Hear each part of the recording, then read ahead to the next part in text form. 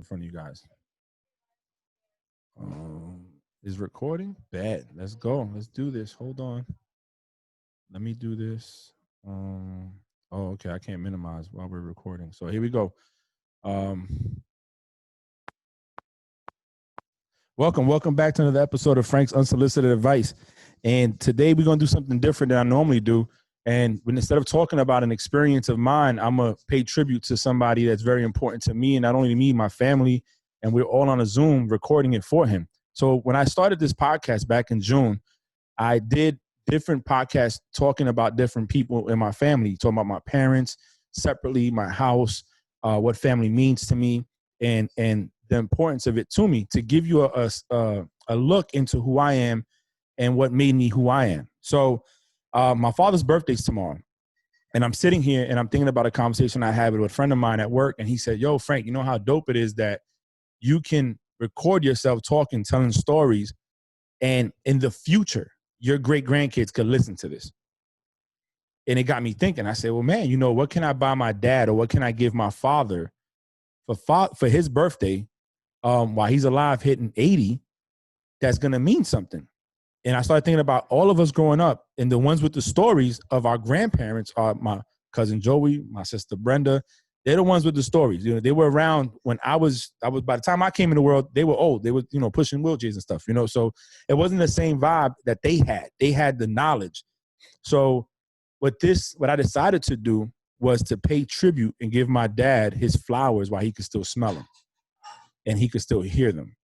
And the best way to do that is by having all of us on this and tell stories that they remember, a story or a couple stories, or what stands out of Francisco Ferrer to them, the significance of him as a man to them. And, you know, it's not just for me, it's for other people to see it, friends of mine that watch it.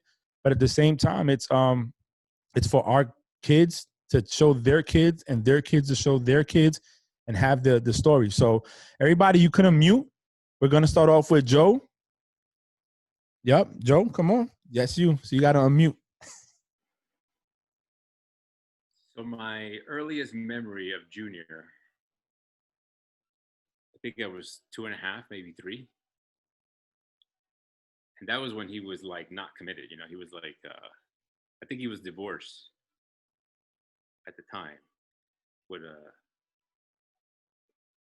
forgot her name. I think her name was Norma, which is not important. But what I remember is that he was married with this woman. But then he got divorced, and in the process of getting divorced, I kind of remember him running around. Like I wouldn't see him in the weekends; I would just see him sometimes in a week. But my memory of him was probably when I was 2.5, 3, and they were in Moca having some sort of Christmas or Velorio de Reyes, something like that, like a Christmas gathering. You guys know about Moca, all the way Moca by where Andrea used to live. So I remember him driving this white green Lincoln, which was a suicide door 67 or 66 green Lincoln. Beautiful car. And I remember him driving the car from Rocha to Aguadilla, and he had it full of girls. Like it seat like 5 girls in the back and like 3 in the front, and I was in between one of the laps in the back, right, which is funny. And I don't remember the girls. I think some of the girls, era la muchacha de Andrea. I think it was Milta was one of them, but I don't know the rest of the girls. So anyway, it's like 7 girls in the car, and he's running from Rocha to Aguadilla, and he's like doing like, you know, if you remember Rocha, you had these hills that kind of go up and down like this. And all I remember was him driving his car like at 90 miles an hour. And the reason why he was driving it so fast is because this fan belt broke. And he needed to keep the car cool. And he was riding it fast, and all these women are just kind of flopping in the back seat, and we're all squeezing, going like this, right? And I remember him coming to the bottom of the hill somewhere in Moca, and John D happened to parallel, like they were just crossing as they were coming back and forth. And he goes, John D asked him, ¿Qué pasó? Oh, se me rompió la cojea, so estoy cogiendo rápido para que no se caliente. And all I remember was him doing like 80, 90 miles an hour in this car. And the next day, John D gets up early to fix the car because the car was probably fried by now. But that morning, in the rush of driving back and forth, Junior ran over my car, one of my metal box cars that I used to ride around. And I got up, I went and started hitting him with the broomstick, picking a fight with him because he ran over my car. He squashed the freaking thing. And me and him were trading hits. I was probably 2.5, 3. And he would hit me with the belt and I would hit him with the stick. He would hit me with the belt and I would hit him with the stick. And we did that maybe 5 or 6 times, and he would hit me harder every time. He'd go, whoosh, and I'm like, shit. But it took me, I think, maybe 6 or 7 tries before I gave up. I said, you know what, fine. And I used to curse a lot as a kid back then. And I just cursed him out and left and kind of went upstairs. But I was mad at him. That was my first argument with him. Ma, ¿te recuerdas de eso? She can't hear you. But I think she remembers that because there was a picture of him in the stairs that me and him got into a fight that maybe a week or 2 after that I remember. And this is Junior as far as I remember going back as a kid. Se fue bien. ¿Recuerda eso, ma? Yeah. Espérate, te voy a enseñar algo ahí. Que el carro de Junior y la pelea que tuve con él. That sounds Yeah. just like you. Yeah, yo me recuerdo. So With you're your saying filthy story and mouth. he's laughing. With his filthy mouth. Well, I had no filters because I did whatever I wanted to, but Weren't you lucky? Right? I was the first one. I grew up in Puerto Rico for the first 8 years of me, and I mean, I think out of all of you, I think I probably had the best childhood up to 8 years old. Because The privileged child. Yes, we know. I was spoiled, and of course, I used to do whatever I want. But I just want to show you this picture, and you guys can look at it, and the next person can go on. ¿Qué va a enseñar él? Un retrato. La foto de Junior en la escalera. So this is the photo I have of him. A ver. Oh, I have that picture. Oh, I think everybody has that picture. yeah, I've seen it. I didn't know that was that. Well, That Joy was getting his ass beat again. so I think my car was parked like right at the bottom of the stairs, like right here, and I think that's where I came. I woke up the next morning and the car was completely squished. It's one of those metal box cars, and I remember the fight that me and him and the stairs had. We had a fight on the stairs, and I was I was high and he was low, and he would keep hitting me, and I kept hitting him. But that's, you know, to me, he was my first father because I didn't know any different. But you know, Right. Oh. but Oh. Hey, so Bad. can I ask you a question? Do you think that your levels of women, how you had them, was attributed to learning from him? Because I mean, I remember one time you pulled out a legal size notepad, 8.5 by 16 or 14 with 1,000 women on it, and says, "Frankie, pick one and call them." I'm just saying. So I just want to know if history repeats itself. It wasn't the suicide door Lincoln, and it wasn't the girls in the back flopping, but it was a phone call. So I mean, was it? Do you attribute it to that? I just want to know. let me tell you something. Junior had the most. You got a story. Not stories, but he was very charismatic. Well, he still is, but I would hear stories of him that he would go into a bar on Friday, and he would go into a bar, and one of these local bars that he used to work in downtown at 34th Street somewhere, and he would go into these bars and buy a round of drink for everybody, and then leave. And you know, women just gravitate to that. They just that sense of security. You don't see that in a lot of people now. But yeah, as far as you guys only know me for a few years in and out, but I just stopped sharing stories after a while. But yeah, I think in the beginning it was because of Junior, and he was my idol in a lot of ways. But I mean, him and John D probably know more than you guys, but I would. So one time I brought a girl over to the house over in Kingsbridge, and she was like 39, 34, something like that. And I remember pulling up in the old Chevy that I used to have in Malibu, and Junior and John D are on the balcony, kind of like standing like this, and they see me pull up, and this woman comes out with these high shorts, right? And he's like this, like kind of like really quiet, like kind of like. But yeah, I mean, there's a bunch of stories. But Junior didn't have that problem with women, I guess. No, he didn't. One problem he did not have. That's one problem he didn't have. So I remember stories when I was a kid with women that I probably would never mention, but I got to see a lot of that as a kid. But not that it was bad. It was just it was just people would just flock to him. Yeah. I mean, he's always been that way. He's always I remember going to the jewelry store with him, and he walks in the store, he greets the women and compliments them and how beautiful they look, and all of a sudden they're giving him discounts. He hasn't bought nothing yet. So Brenda, I'm gonna change it up real quick. I'm gonna let Tia go, and then I'm gonna go to you. Okay. So Tia, She can hear you. I know. I just told her to go. Oh, darling. You mean tell her what to do? I told her she's trying to figure out. She's trying she had one and now it's like, algo, mira algo de tío, algo. Pues que voy a decir que buen hermano. Que para mí ha sido como. Hablamos tú.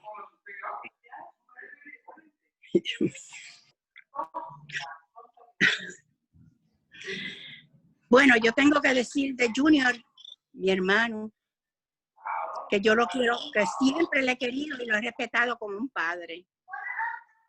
Mm-hmm.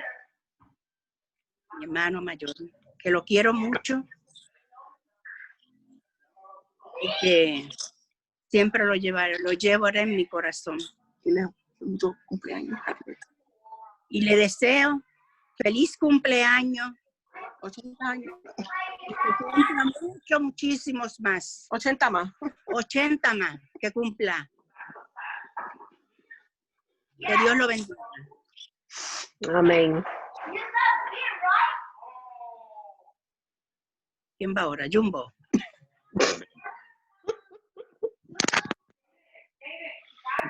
Bye, Brenda, but Frank, you on mute. You know he be disappearing, girl. He can't hear I had to you. mute it. I'm sorry. Yeah, I told you. And I didn't have a drink. My bad. No, so I'm gonna change it up again. I'm just gonna change it up again. That's how I do my podcast anyway. So we're gonna go. So Jumbo, you go. Take it away. Oh, look at that. All right, so am I unmuted? You guys hear me? Yeah. All right, cool. So, it's been, they've been down here for almost 6 years now. And I've learned stuff that I didn't from my uncle. You know what I mean? I knew him back in the days as a hustler. He was working, liquor store to diamonds to the party supply store to security guard to selling frankfurters, hot dogs to bacalaitos and like capurias and stuff like that. And I've learned in the last 6 years that he's been here, what made him who he is, and that has made him. He's been an inspiration literally to all of us. He has qualities that us men in the family would want, in the future to have at his age. I want to get to that age, you know what I mean? And he's just been the last 6 years that he's been here in Florida. I don't even know how to express how I feel to have him here. I lost my dad 20 years ago. You know what I'm saying? So he's literally been that person that I've looked up to, in the last 20 years. You know what I mean? And he's a man that would give you his shirt. He's got the last penny in his pocket. He's gonna be the one to give it to you. He will give you his plate, for dinner. You know what I'm saying? So I'm happy. I'm glad that I have been able to experience that with him in the last 6 years here. And at 80, that's a milestone. You know what I mean? And he's just been a good example. We've seen that. And watching him, his stories and, everything else that he's come up, that he's told us, we sit down and we talk, and he's telling me stories from 40, 50, 60 years ago. You know what I'm saying? And I'm like, wow, you know what I'm saying? So, I just want to wish him a happy birthday. I love him. God willing, another 80 years, you know what I'm saying? Because that is a man that we need. And my boys, they're probably listening right now. They just got a flat, you know what I'm saying? But, they're probably not even on here. But, they see that, he calls Julian Salmon, and, that's out of love. He sees Xavier, like he saw him yesterday from a long time, and gives him that love, that hug. And I love that, because he's treating my kids like he's treated me. You know what I mean? So I just want to say I love you. Bendición, birthday, and for many more. And God bless you. And we love you. That's what's up. That's what's up. Now, Mimi, is your goal? You go. He goes, mommy, you go. Okay. Well, first of all, he's not just my uncle. He's my godfather and my compadre. So, boom to all of y'all. Okay. So my memory for Tia was when Papi died, and he told me that just because Papi had died doesn't mean that I didn't have a father, and he's that for me. And I love him. I adore him, and he's not only my uncle, my godfather, and my compadre, but he's my dad. And I love you, Theo. Happy birthday, and I wish you 80 more. Oh, that's so cute, Mimi. Sweet. No, I thought she's going to start tearing, and I was about to say, oh, my God, I can't deal with it. Me too. I'm like, not now. Not now. So I'm going to let the kids go. Xavier, is he on or no? No, Romy. Xavier's on, but his thing is off. Jaden. Romy, what's up? You got a story, Romy? I forgot. He was down in the bottom corner. I can't see his face. But Romy, I don't see you. no, because his camera's not working. But Romy, you on? He's on mute. No, but he said no. I asked him to unmute. Romy, unmute yourself. If he's down, he can't. Can he hear you? Oh my God, I'm about to. If I call him, he's gonna cut off, right? Yeah, no. Ava, were you okay? So okay, is Xavier on? Anybody knows Xavier around? I think he's on, Frank, but they just got a flat on the way home. Okay, so okay, they're probably all right. fixing a flat. So we'll do Jaden. You ready? Jay. Yeah. It's your Okay, turn. I don't see you. Turn your camera on so we can see your head. Hold up. See your hair. Every Hold time up. I hear of Xavier, We can tie up that mess. I'm gonna baby. try and fix this. Give me a second. What's up? Hi, mommy. yo, the fro is gone. No, it's not. It's pneumonia. It's there. It's right here. You can't see it. Well, I don't really have much of a crazy story. It's more of like a. We can't see you. You can see me. I'm right here. Hold on. Damn, what a mess. ¿Qué tiene cortina, No, mommy. He doesn't want to stay up, so I'm gonna just No está I'm vestido. gonna kind of have it leaning right here, okay? For me, Papa Theo, he was kind of like, he's that cool uncle everyone wants. You know what I mean? Like, I remember when me and Mama, when he used to live here, Mama used to always go over there. I used to have this little razor scooter. I used to ask Mama, let me go outside around my scooter. Mama, no, you're gonna fall, and I gotta deal with you falling, and you're gonna get scratched, and all of this. And then I asked Papa Theo. Papa Theo would pull a chair out. He would come outside with me, let me ride my little scooter. I'll be chilling. What's Mama doing? She going crazy. Papa Theo ain't worrying about that. Papa Theo is chilling with me. I remember another time. I ain't never really watched Rambo. My dad used to watch it, but I ain't really like it. But to me, Papa Theo was kind of like, because he used to tell me a bunch of stories. He was kind of like a real life Rambo to me. I was like, oh, he's like a superhero. I remember one time we used to sit on the little couch over there on Kingsbridge in the house, and we watch a Rambo together. It was Rambo 1, the one that you know, the Rambo knife, the OG one. I was mesmerized by that knife. It's like, yo, that knife is crazy. Papa Theo was like, let's go to the attic, and not the attic, to the downstairs portion outside.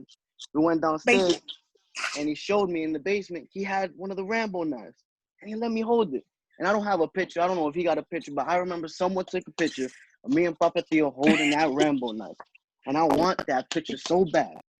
But those are the main majority of my stories. Papa Theo knows I love him. I don't know what I would be without some of them talks that we be having, the wisdom that he shares with me. Oh man, he's like a dad.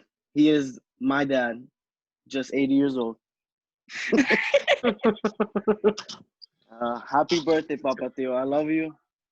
I hope you get 100 more, 100, 200 more years, forever. Live forever, please. I love you. Hmm. That was nice. That was nice. So, Frankie, you up, Bobby? Let's go. And what I told you. Fool. Frankie said, Yeah, I remember. So one of my stories goes back to when I was like 7 years old. So I'll just do it like right here. So when I was 7 years old, right?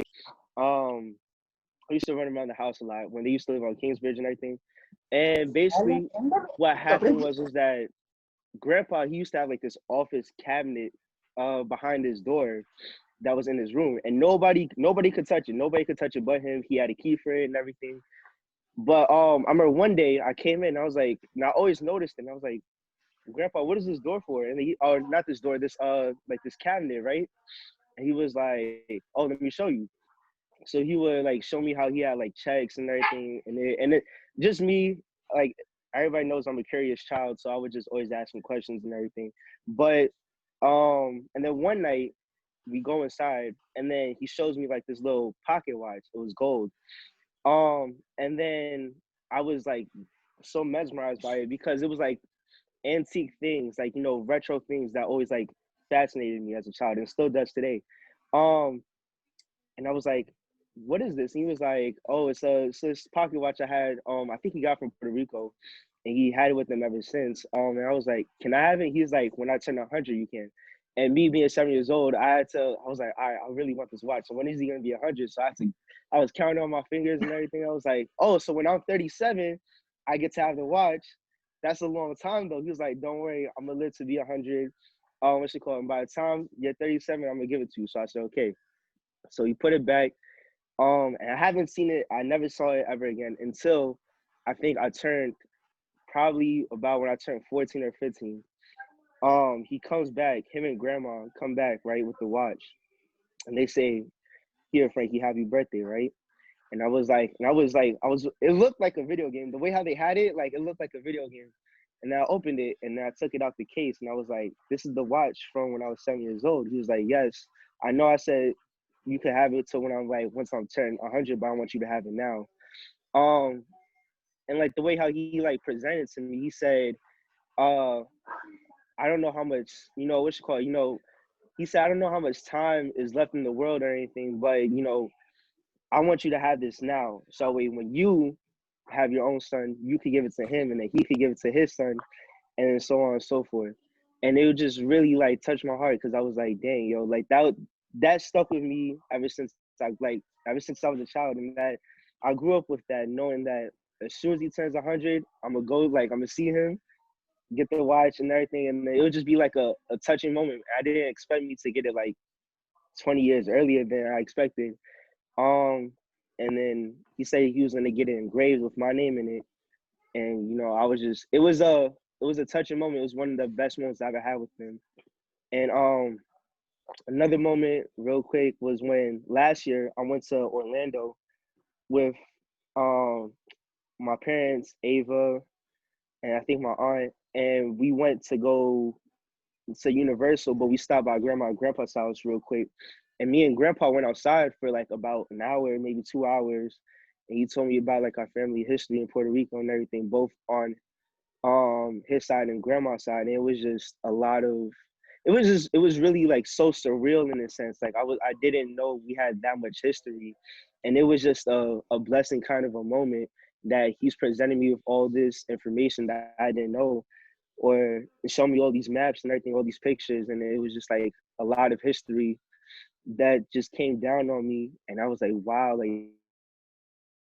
him. And the fact that he is a figure in my life that I've been blessed to have in my life and just be there for me all the time. That's my role model, you know. My father and my grandfather, they're my role models. They show respect, work ethic, because you know both of them have put a lot of time into whatever they done. My dad, I think dad, you going on like 23 years in the Navy. Grandpa's been working all his life ever since he was a teenager. To be honest, and then what they've done to their definition of success. I know everybody's definition of success is different, but what their definitions of success were, which where they at right now, kind of just inspires me. Like, dang, I could reach those potentials and probably even higher, and set another stone in this legacy that he's built, passed on to my dad, and then passed on to me, and I could pass on to my kids, and then just carry our name, because our family is a blessing. We have a blessed family, and what we have together is just I don't know how to explain it. It's just a thing of happiness where you can't even describe that feeling. It's a feeling that's never been seen before, never been touched, never been tapped into. It's just straight positivity. So, to be honest, I always tell everybody whose birthday comes up, more life, more blessings. So that's why I want for my grandfather more life, more blessings. Hopefully another 80 years, or however many years I can get. I don't care. I would love to see him every single year going forward, even after this one to the end. And then, yeah, what you call it? Happy birthday, Grandpa. I love you. You're my role model. And yeah, that's it pretty much. Frankie, I gave you a time limit, bro. Nah, it was awesome, man. Thanks. All right, Ava, it's your go. You know the rules, okay? I'm not gonna do as much talking as Frankie did. Anyways, I don't really have a story, cause what Grandpa and I did, we did the same thing every time. It was go run errands, so go to the store, and then go into his garden and make sure all his fruits and vegetables were all put together and whatnot. And then he'll let me eat his tomatoes that he's grown. That's all. Like what Grandpa and I do, our routine never changes. It's run errands, check on his garden, and then watch cowboy shows. Cowboy? So that's really it. But happy birthday, Grandpa. Love you, and I miss you. That's really it. So that's nice, Ava. Thanks. It's consistency. That's what he taught you. He taught you something. You just didn't pick it up. You know what I'm saying? Consistency is a key. Now, Ronel is around here somewhere. Pick it up. He's here. Brenda said he's there. So let's see if he gets on. Where's he at? He's right here. Let me get him. Ronel! Brenda, pick up your He's chin. coming. Don't go like this, Brenda. What? Don't go like this. Stop, because you still look older than me. It's all gray. It's all platinum. That's all it is. Platinum, man. Platinum. Whatever. The hairline, though. That's Here, what here's Ronel. Yeah, it should be fitting.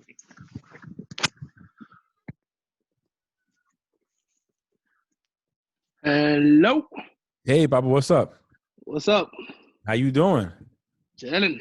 Hey, so what we doing is doing a tape for my pops, Okay. father, and not just a story, a quick story that you remember of him or something you want to tell him, something quick, that you want to share. Either memory that you have of him early or now that you've been hanging out with him more, whatever, it's your turn to say something.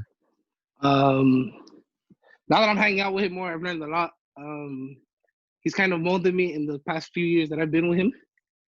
in becoming the father and the person that I am today versus what I was about 4 or 5 years ago. And I hope that one day I could be half of the man that he is. And that I love him. That's good. I think that's what we all strive for, right? Yeah. So Romy said he was busy. So we're gonna just keep moving along. When he gets on, I'll let him say something. He was doing something. So Brenda, you wanna go last or you wanna go first? How you wanna do this? You want to go last or you want to go now? Hello? It doesn't matter. Well, Jaden wants to say happy birthday. Okay, go ahead, Jaden. Go, Jaden. Say happy birthday to Grandpa and that you love him. Happy birthday, Abuelito, abuelito. you love him? Yes. Okay. Say bye, everybody. Bye. Bye. Hello? Yeah. Yeah. So I go now last? Yeah, it's whatever you want. I don't know. You know, you were the firstborn, so you can go last if you want that. Marty was last born, so Marty can go first. There you go. Go ahead, Marty. I see how you did that. We should just, go middle child and then. He played you. I mean, I have a lot of memories of Daddy. I think for me now it's the holidays are coming around and I think of Christmas Eve at 2692. I think of all the good times that we had. I think one of my best memories of Dad is during this time, the happiness that he had, listening to his music, eating, drinking, and just being with family. Daddy is a huge family man. And if there's one thing that he's taught me is how important family is. And a strong part of me feels that he is the glue of this family. And he is the reason why a lot of us have come together and continue to still come together and be this amazing family. But what I have to say about my father is that he has taught me a lot, in a sense that he has given me the figure of what a man should be. And there's no one else like him. And I thank him for teaching me and for showing me and for his long talks while he's drinking his E&J. His wisdom, his stories of when he was in the military and he traveled all these states, his childhood growing up in Puerto Rico, working the sugarcane field. There's a lot that he has taught me. There's a lot that I hope one day Ama can hear coming straight from him. Daddy, I love you. Happy birthday. I wish you many, many more, and I hope to see you soon. Frank, you go. It's my go. Wow. Okay. Man, that was quick, Brenda. I know, right? I wasn't even ready. Frank. I wasn't ready. No, I was gonna go last originally, but then I said no. It's not fair to Brenda since she came first. You know what I'm saying? So, for me, oh man, your guy said a lot. So I think so. Two quick stories. One, what he means to me is he's always had my back. Right, wrong, and different. He's always had my back. I remember when that thing happened down here, and I fought that kid at the gas station. He was there. And when somebody tried to jump in, he jumped in and fell and scraped his nose. And me and the kid fight. He takes off running, and I come back, and he's like, "You ready to go? You feel better?" I say, "Yeah, I feel better." He goes, "Okay, I need a beer," and we leave. But I guess the biggest memory for me, or the biggest impact to me, was the one I couldn't see. And when I think back about it, I don't really talk about it often, but to know that while I'm on a hospital bed getting cut open and they're trying to save my life, he was there. You know what I'm saying? He was strong enough to go to the doctor and say, "Hey, what's going on with my son?" He was there to pick me up when I couldn't clean myself. You know what I'm saying? He was there to wipe me down when I couldn't. And not just with that, the heart surgery too. He was there. He's always been there. You know what I'm saying? He's always been there. So what he's taught me, or what the impact to me is that as a father, as a man, as a brother, as a husband, is to try to be the best me I can be and be there for my family. Like he's been there for me and everybody else. He's been that pillar, you know, the respect. And it's not just him, you know, we're talking about him today, but if we sat down and peeled the onion back with the men in our families, each one of them has had something that's given us, you know, and a lot of it comes respect. And my father, since I can remember, was the suits, you know, the tinted glasses, the floor shine shoes that he would polish in the room. Jumbo, you said the hot dogs. I tell people to this day, my dad sold hot dogs on Fordham Road to make money. The little kyokos in the back in Millbrook Projects when they had the carnival, and him, your pops, and anybody be hustling is not even a word. I mean, the dude got his money how he got his money. But to me, that's what it was. That he's always been there for me. You know, I can't do no wrong. I can go shoot somebody right now. He's gonna be like, well, he did something to him, and I'm sticking by it. That's what it is, you know. And that's what I do for my kids, you know. So, Pops, I love you. 80 years is a long time to celebrate. I hope we get 20, 30, 40, 50 more. And Madi, you know, even if she gets to hear the stories, but this right here, she can go back and watch whenever she wants. Because once I put this on YouTube, it's out there forever. So, you know, it is what it is. Pops, love you. Brenda, your turn. I'm saving it because, you know. Well, what can I say? Like, you know, you said he's always been there for all of us. Because since, even though I lived when he was way younger, but after a certain age, I wasn't living with him anymore. And I can never remember a time that my father was not present. Even if it's taking a train, a car. He even showed up one day to my house, 177 in Wadsworth, from the Bronx, from 138th Street, on a bike with Frankie in this little seat in the back of the bicycle, riding all the way over there. And I'm like, what is that behind you? I'm seeing him, and I'm like, is that my father? And what's behind them? It's Frankie. They came to visit. So nothing really even stopped him from saying, no, you know, I'm not going to go. I'm going to be there. And I could say since I was a little girl, since time that I could remember, every night when I went to bed, he always came in this room to check to see how I was doing. And till this day, Daddy, every night, if I'm in that house or wherever we be, Daddy opens that door to see how am I doing? Am I sleeping? Am I okay? He went in the other day. I'm like, Daddy, are you okay? He goes, yeah, I'm just checking up on you. And I was like, wow, I'm 51. And my father That's good still at comes to bed 61 years old. how I'm doing. Shut up, Jimbo. You're going to get there, honey pun. You know, Daddy has always been there. He's been the rock. He's shown us so much. It's nothing that Daddy hasn't ever done to provide for his family. And that he's taught all of us that as long as we have each other, we can do it. And that's what's important. At the end of the day, family, and that we have one another and respect one another. And that's what he has shared with us throughout the years. And I love him dearly. Daddy, I love you more than I could ever say.